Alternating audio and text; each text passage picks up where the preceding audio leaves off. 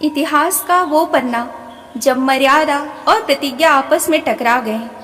एक तरफ थे शस्त्र विद्या के महान गुरु भगवान परशुराम और दूसरी तरफ उनके सबसे प्रिय शिष्य भीष्म। क्या एक गुरु अपने ही शिष्य का वध कर देगा? आज के इस वीडियो में हम देखेंगे महाभारत का सबसे भीषण द्वंद्व। अम्बा वन में भगवान परशुराम के चरणों में रो रही है। अम्बा ने कहा, भगवान, भीष्म ने मेरा जीवन नष्ट कर दिया है। ना मैं शाल्व की रही, ना हस्तिनापुर की। न्याय कीजिए प्रभु।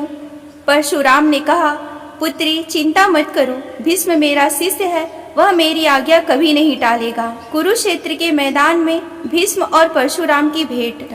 परशुराम ने भीष्म से कहा, देवव्रत, इस कन्या का हाथ थाम लो और इससे विवाह करो, यही धर्म है।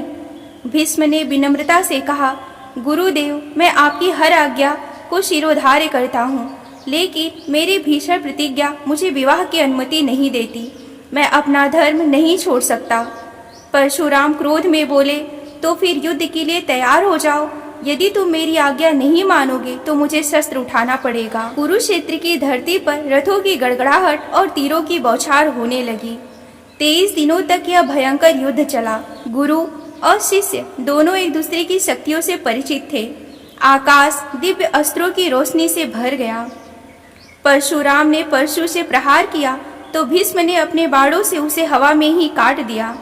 अंत में युद्ध को समाप्त करने के लिए भीष्म निद्रा अस्त्र का संधान करने लगे, जिससे देवता भी भयभीत हो गए।